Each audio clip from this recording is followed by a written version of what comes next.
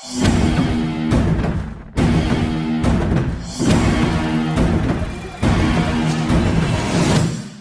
everyone, Hand here with another Vikings Wrath of Clans video. So this video is going to be a little bit different. In this video we're going to talk about one battle strategy that I figured some people are still unaware of and I think is making its way into being one of the more important battle strategies in the game, and I'll get into it clearly. So to begin with, as you can guess from the title, the name of the strategy is ghosting. And this name is used alternatively with shadowing, and pretty much what it means is if you have an X amount of troops, the goal of this strategy is to make those troops seem like they don't exist. And don't get this wrong, I don't mean this where you go into your profile and you look at your kills and your amount of troops trained and the amount of troops lost. That's not what I'm talking about. So what I'm talking about is, let's say you have 400 million T7s. The way that you ghost means that if someone attacks you, those 400 million T7s are not going to be hit, basically is what this strategy is about. And I'll get into details, but basically ghosting or shadowing means hiding your troops from enemies so they can't see it. And this actually came up in the last Fury because I was talking to my clanmates and I was asking if any of them do it, because I do it almost all the time, especially with scouts, because I only train scouts for Jotunheim, especially now in the game actually, because having scouts is so expensive, and with the amount of hits that you can get from bigger players, it just doesn't make sense to have a meat shield that keeps breaking and you have to work on it, especially if you're going to spend time or lots of time in like pop gear when you're attacking throne, or just in general. Siege gear isn't completely strong when you're hero double only in the town.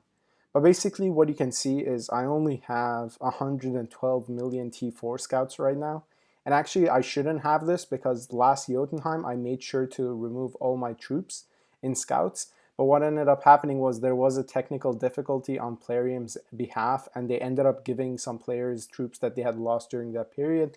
And from my luck, I ended up with 112 million T4 scouts, which I actually would have preferred if they were dead.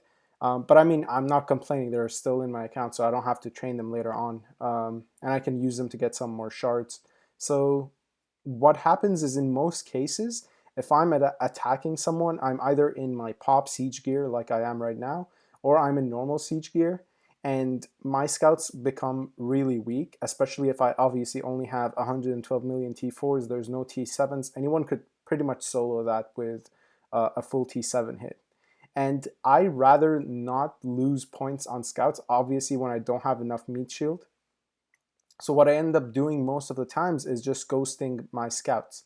Now, ghosting really works effectively on scouts because scout marches don't leave any tracks. So right now, if we go back to the city, let's go back to the city here, to the outside view of the city, and well, yeah, there's still some time, so let's see if we can find a city here and just scout them. Let's zoom out also. There we go. There's a city here, and now I'm sending a scout march. Make sure I deactivate my hero and shaman.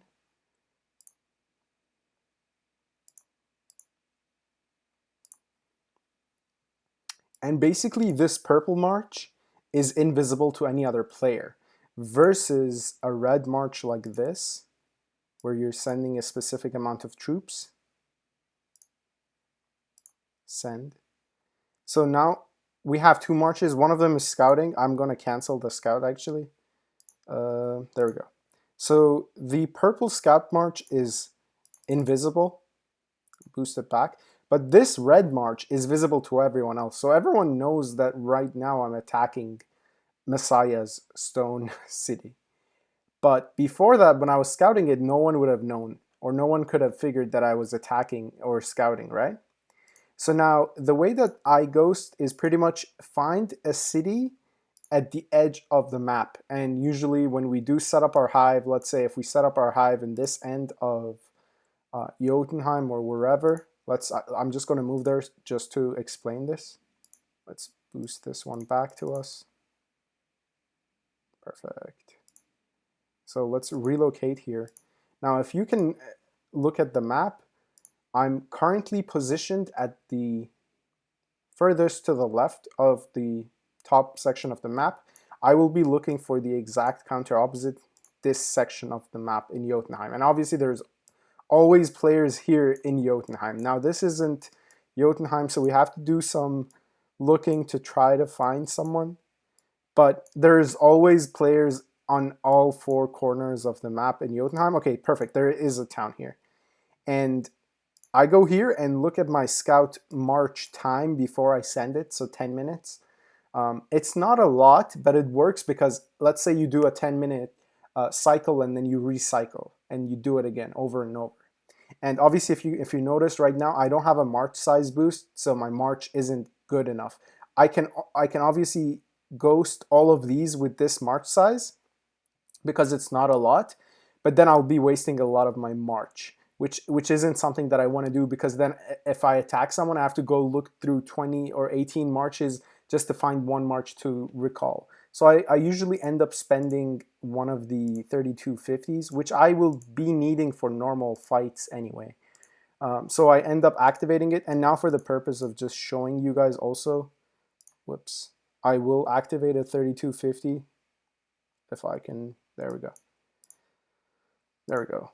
Activated 3250, and obviously no hero or shaman with either of the marches, and we're just sending scouts. And scouts are faster, which sucks compared to like normal marches, but it works out. So 25 million and then another 25 million. And keep in mind, it's not just 9 minutes, it's technically 18 minutes, right? Because they have to go and then come back and all like that. And also, now that I canceled the heroes, I notice it's even more than that. Boom. A couple more times. Yeah, we have a little bit surplus. That's fine. Let's just close these two. I'm apologetic to everyone because I don't really play on PC often, and I am kind of slow sometimes when I do. There we go. Perfect. Okay, so now I have 5 marches out of my town. I pull this all the way up so that you guys can see. I have 5 marches out of my town. None of them have the hero or shaman. And if we go here and try to attack this city again, I can attack it with all my troops, basically. I can still set an onslaught on it. But the difference is, if someone scouts me right now, they can easily see what I have in my city. They won't be able to kill any of these scouts because technically these scouts are outside of my city, right? And this is a good way to trap with scouts that I've noticed really works. I've seen some people pull this off in CVC, which makes it extremely beneficial if you're actually smart enough and can pull this off. And what they do is basically, if they have a city with lots of T3s, they always sit and they remove their scouts. They ghost their scouts when they're sitting unshielded, and they usually activate like big boosts. And enemies sometimes scouts, or you know, the city isn't big enough. Like, it's not massive. It's only like 400, 500 million, but billion, sorry. But even 400, 500 billion, you can have a lot of T4 troops or a lot of troops, a lot of scouts. And I've seen it happen, and it just kind of shocks you. They just sit there, and you know, you get tempted sometimes. You send like, you know that it doesn't have scouts, right? The first time you try, you actually like send them proper scouts, because if there's a good chance that they're in wrong gears or whatever, and you try to catch them, or you just use an alt, whatever, you know that they don't have scouts when they're unshielded, and you just think that they will probably never make scouts because they're sitting in their T3 walls and never going to lose points and trying to bait you. What ends up happening is you just send them 10,000 T1s, they unghost their scouts, and boom, you're losing that category. So, I mean, it works in terms of traps, but the other way that you can see this work for traps is in Jotunheim if you attack a T7 trap. So what they do, exactly the same strategy. So instead of ghosting their scouts, they probably ghost all their T7s, and then they open another onslaught in their city, take T7 reinforcements from their clanmates, and before that they allow someone to attack and burn them. So now you look at this 400, 300 million town, and you think to yourself, well, this person probably, oh, I can't even click on my town. You just pull their account up and you look at them and you're like, oh, this person probably doesn't have any troops. He's burning, and look, he had a max influence of X, and now he's sitting as so much lower. So you just get tempted. You try with the T4, and you notice that they have some T7s. You ask your clanmates, oh, let's onslaught this person. You set an onslaught. They have T7s. They have more reinforcements from their clanmates, and you can't break them because they just have a massive T7 wall that they ghosted, got hit, they got burned, and now they're baiting other players. But for me personally, I don't really do that because I have a lot of meat shield in my city when it comes to troops. Let's go back actually inside and look through the building so we can get a better perspective of how many troops I have in the town right now. As you can see right now, we don't have any scouts in the town because our scouts are marching, but these marches are invisible so no one sees them, hence the term ghosting. Anyway, so I do have a good amount of T4 wall. It's not massive. I can still be burned if someone like sets a chain onslaught on me. But I mean, I do have that T4 wall going for me, so it helps. And I end up not using a ghosting strategy because the reason I made this T4 wall was to never have to ghost, obviously.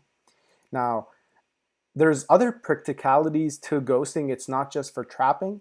Let's say you don't have enough resources to train this many troops, which isn't a lot at this point in the game, but you don't have a lot of resources like myself. I'm out of silver. And imagine if I had to train a wall or I had to choose between training a wall and T7s.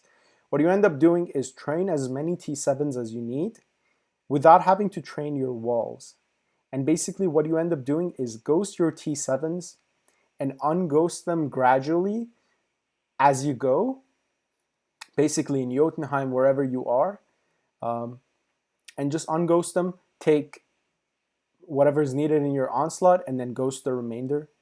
And obviously I know like some people are going to say, well, you should just shield fast. You know, some people can't shield that fast. I mean, if I were playing on computer, I would probably be an easy target for almost every clan. It takes like 10 seconds for me to shield versus on my phone, it's like 2 clicks really fast. So, I mean, depending on your playstyle, let's say if you don't have a wall and you just have T7s, you can always ghost your T7s and then unghost them as you go and just put them in the onslaughts, put them in wherever you need in reinforcements, whatever, and then just not have to worry about being hit by an onslaught or anything, even if you're slow shielding. Still, I suggest if you're attacking, if you're joining onslaughts, sitting in one position over and over for a long time, you should shield really quickly every time. And I know it takes a lot of time. It takes a little bit of time for you at least to join the next onslaught. But I mean, if you're doing it, it's probably better safe than sorry, unless you have like a massive T4 wall or any other troop wall and just don't care much about it. But I think it has practicality in that term for much smaller players who also want to join the fights but don't want to train a lot of troops, so then they would be safe enough to sit unshielded while joining onslaughts. And if you train a lot of troops, but you don't have a lot of the massive troops left in the end, your T4s could just be like easy kills for the enemy if they set onslaughts on you. Anyway, I thought this was a good idea to share at least the strategy with the community, because I feel like after talking to my own clanmates, some of them didn't even know what the strategy was. And I think there might be other people outside who also don't know what the strategy is. So I mean, it's a good opportunity for you, at least, even if you're not going to use it, to know about it so you don't fall for those types of traps that I described. And yeah, that's pretty much it. Let me know what you think about this strategy. Is it a good idea to ghost your troops while joining onslaughts? I know for a fact that I love ghosting my scouts, so I don't have to keep making T4 walls every time for Jotunheim. I can just make like 300 million T7s, ghost them, and then unghost them as I hit people. If I need more troops, I just end up unghosting. And if I do have a lot of resources, I sometimes do go for a T4 wall. I don't recommend it to other people. I think if you ghost, you're much safer. You just lose whatever that you have unghosted, and most of the times people don't even scout you in the cities if you're big enough or sitting in a hive. They just assume you have a lot of troops. But I mean, I've had instances where I forgot to pop a hero double or whatever and managed to ghost my troops or ghost my scouts. Got back in time to shield before an onslaught hit me, but at least, it saved me from having to worry about losing those scouts. And yeah, I do this almost in every event. What sucks about it, to be completely honest, is that the marches return, and if you aren't fully careful about your march timer, there's a chance that sometimes you just one of those comes back earlier and someone scouts you or whatever. So I mean, you have to be really careful when you're doing it. Um, and every time that you're not paying attention, someone else could just be waiting and plotting against you, which is part of the game, which makes the game interesting. But yeah, that's pretty much it for this video. I hope that this strategy helps you. And if you did know about this strategy, good for you. I hope that you're taking advantage of it at least. And yeah, that's pretty much it. And I'll see you guys in the next one.